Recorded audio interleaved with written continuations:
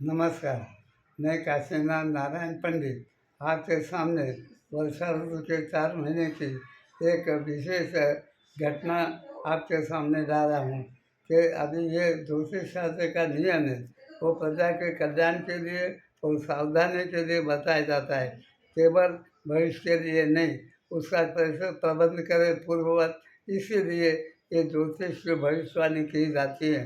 वर्तमान काल को सिद्ध करके भविष्य अनिश्चय को हमें मिटाना है। तो यहाँ पर ये योग में अभी मीन राशि में राहु शत्रु राशि में चल रहा है। वो राहु जो यवन है, आतंकवादी है, वो दुष्टों का ग्रह है, षड्यंत्र का ग्रह है और गुप्त हानिकर्ता संगठन का भी इसमें योग आता है। कोई अपने देश में रह कर भी अपना देश का विरोध करने वाले भी हैं, वो भी आ सकते हैं। इसी तरह से ये घटना राहु के जल तत्व होने से देश के अंदर, भारतवर्ष में और विदेश में भी अनेक जगह समुद्र के तूफान आ सकते हैं, चक्रवात आ सकते हैं और नदी वगैरह के अंदर बाढ़ आ सकती है। और इस तरह से ये बाढ़ जो है उत्तर प्रदेश के लिए अनिष्ट बनेगा। इसलिए हम कहते हैं कि मंदिरों के अंदर प्रबंध करना पड़ेगा और ये जो जूने पुराने मंदिर हैं वो गिर जाएंगे, ऐसी स्थिति में उसको संभालना पड़ेगा। और हम ये भी बता रहे हैं कि राम मंदिर जो बना है तो वहाँ भी वर्षा ऋतु की कोई थोड़ी क्षति हमें दिखाई दे रही है।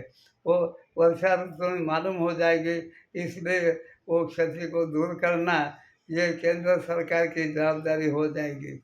और इस प्रकार से जो क्षतियों को हम दूर करने के लिए समझे और जिस प्रकार से राहु गुरु का योग बना है, चांडाल योग, और ऐसे ये वेशधारी बनकर आतंकवादी हाँ, घुस सकते हैं यात्रियों में और गुप्त रूप से साधु बनकर षड्यंत्र कर सकते हैं। उनकी नज़र है कि मंदिरों को खंडन करना। ये सब बातें अभी से सावधान होकर प्रबंध करना जरूरी है। क्यों कि ये सब विनाशकारी योग षड्यंत्र बनाए और पंत प्रधान के कुंडली में भी राहु जो है सामने है। वो लोग अपने पंत प्रधान को गिराने के लिए षड्यंत्र कर रहे हैं, उनके पीछे भी षड्यंत्र हो रहा है। ये इसलिए उनकी भी संरक्षण करने के लिए, उनकी व्यवस्था के लिए, उनके रक्षण के लिए वहाँ बॉडीगार्ड भी बनाना जरूरी हो जाएगा। और जिस तरह से गुरु और मंगल जो शत्रु राशि में आएंगे तो वो धार्मिक जो पाखंडी लोग हैं उनके पाप हार आएंगे और नई क्रांति करने के लिए कोई धर्म गुरु आगे आने वाले हैं कि धर्म के अंदर जो दंभी लोग घुस गए हैं उनको निकालने के लिए एक नई क्रांति करने वाले भी साधु संत आएंगे। पर एक बात हम ये कहते हैं कि जब ऋषि मुनि किसी राजा को श्राप देते थे या अपराध के लिए श्राप देते थे, यहाँ पर राहु गुरु का जो योग है, जो नेता वो, मैं किसी पक्ष की बात नहीं कर रहा हूँ, जहाँ घमंड हो जाता है, जहाँ अपनी दुर्बुद्धि बढ़ जाती है, तो वहाँ पर साधु संत महात्मा की अवज्ञा करते हैं। अहम बढ़ जाता है तो हम अपना जो है अनेक तरह से वो अपने अभिमान में दुष्कर्म करने लगता है। इसलिए भारत के ऋषि मुनि या संतों या कोई संत महात्मा की नेता व अवगणना न करे, उनकी बात को भी सलाह न दे दे। तो आकाशीय तत्व जानते हैं कि आकाशीय तत्व कौन कौन से कहाँ कभी प्रतिष्ठा करना, कैसे करना, किस आकृति में मकान बनाना, किस आकृति में रहना, कौन से ग्रह आने के बाद क्या घटना बनेगी, इनका सब ज्ञान उनके पास होता है। तो इस तरह से हम कहते हैं कि उनकी भी जो बातें साधु संत महात्मा, उनकी भी बातें को अवज्ञा न करे। हम सभी पक्ष के लिए बात कर रहे हैं क्योंकि वो पक्ष रहित होते हैं, कि उनका आकाशीय गणित होता है, वो आकाशीय गणित के आधार पर करते हैं। तो इसलिए वो अपने अपने भूमि के अंदर अलग अलग संस्कार होते हैं।